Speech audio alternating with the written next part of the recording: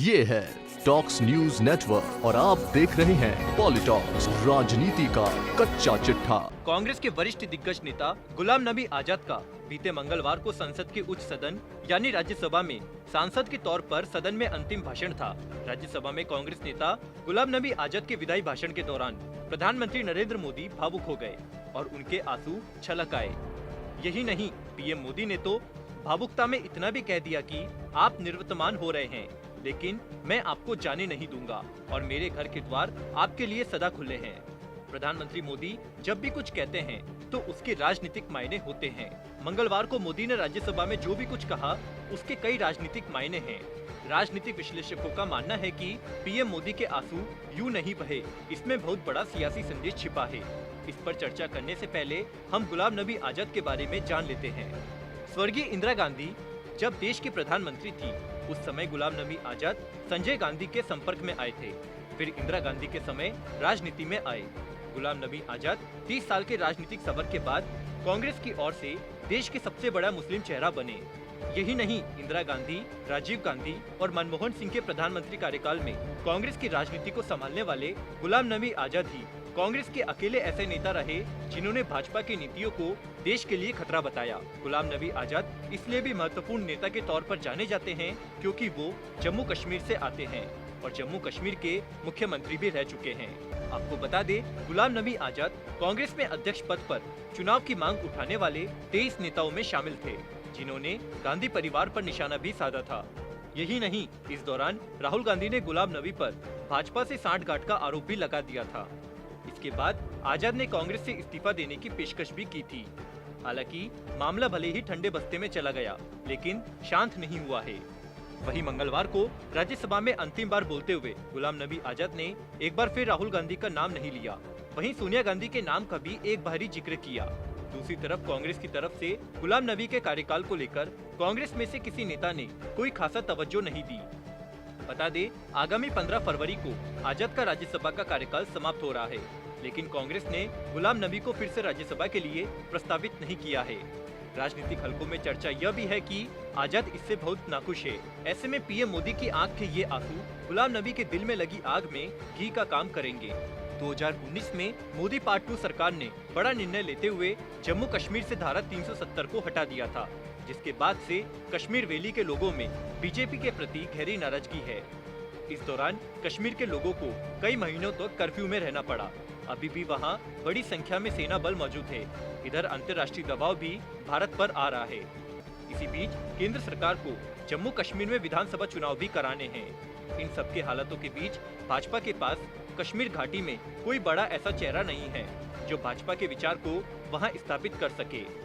ऐसे में कश्मीर घाटी के बड़े मुस्लिम चेहरों में शुमार गुलाम नबी आजाद भाजपा के लिए कोहिनूर हीरा यानी कश्मीर में बड़ा वोट बैंक साबित हो सकते हैं। आपको बता दें, जम्मू और कश्मीर के वोट हमेशा बटे रहते हैं। जम्मू और कश्मीर की सीटें मिलाकर ही वहां की सरकार बनती है।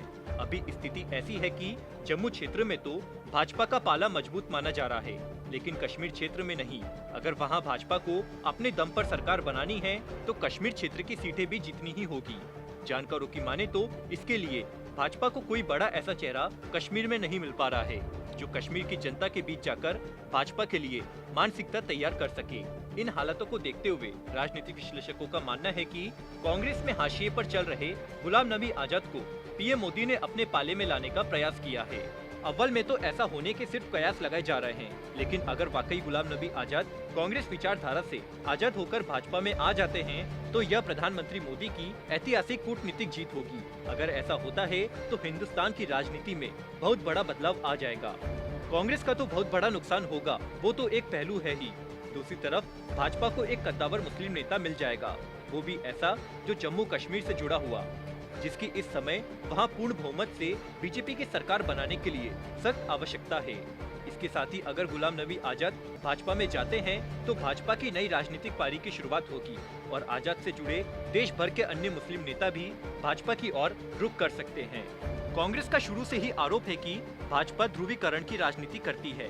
ध्रुवीकरण का अर्थ है कि हिंदू मुस्लिम को बांटकर राजनीति करना, लेकिन अगर कांग्रेस का ही सबसे बड़ा मुस्लिम नेता भाजपा में आ गया तो फिर कांग्रेस के पास कहने के लिए कुछ नहीं होगा।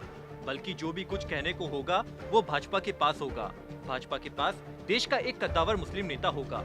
इसके साथ ही वो देश ही नहीं बल्कि अंतर्राष्ट्रीय स्तर पर यह बात कहेगा कि भाजपा सरकारों से मुसलमानों को कोई खतरा नहीं है। अगर कांग्रेस का सबसे बड़ा मुस्लिम चेहरा भगवा धारण करता है तो इसका लाभ भाजपा को कई दशकों तक मिलता रहेगा। फिर भाजपा गुलाम नबी के चेहरे को लेकर देश भर के मुस्लिम नेताओं के बीच आसानी से जा पाएगी। अभी तक जितने भी मुस्लिम लीडर भाजपा के पास है, उनमें मुस्लिम समुदाय का बड़ा वर्ग जुड़ ही नहीं पा रहा है। लेकिन गुलाम नबी आजाद के संपर्क में देश भर के कई ऐसे मुस्लिम नेता है जो उनके कहने से भाजपा में आ सकते हैं। प्रधानमंत्री मोदी ने लगातार दूसरे दिन मंगलवार को राज्यसभा में अपना संबोधन दिया। दरअसल मंगलवार को जम्मू कश्मीर के 4 सांसदों को राज्यसभा से विदाई दी गई। पीएम मोदी ने एक एक करके गुलाम नबी आजाद, शमशेर सिंह, मीर मोहम्मद फयाज और नजीर अहमद का नाम लिया और सभी को शुभकामनाएं दी। इस दौरान प्रधानमंत्री मोदी 16 मिनट तक बोले, जिसमें पूरे 12 मिनट सिर्फ गुलाम नबी आजाद के नाम रहे। आजाद का नाम लेते लेते पीएम इतने भावुक हो गए कि रो दिए और उंगलियों की पोर से अपने आंसू पोंछे, फिर पानी पिया और करीब 6 मिनट तक सिसकियां लेते लेते आजाद से अपने संबंधों को याद करते रहे। प्रधानमंत्री मोदी ने भावुक होने के साथ यह भी कह दिया कि मैं आपको जाने नहीं दूंगा, अब अगला निर्णय गुलाम नबी आजाद को करना है। वैसे भी गांधी परिवार ने आजाद की कांग्रेस से राज्यसभा की अगली पारी पर रोक लगा दी है। अगर गुलाम नबी आजाद भाजपा से जुड़ने का कोई निर्णय कर लेते हैं तो यह उनके राजनीतिक जीवन का सबसे महत्वपूर्ण निर्णय होगा। गुलाम नबी आजाद कांग्रेस के सबसे बुरे दौर में न सिर्फ जम्मू कश्मीर के मुख्यमंत्री बन सकते हैं बल्कि खुद की राजनीति को भी सुरक्षित कर सकते हैं। हालांकि यह कहना भी जल्दबाजी होगी कि गुलाम नबी आजाद को इससे केवल लाभ ही होगा। पॉलिटॉक्स ब्यूरो, दिल्ली।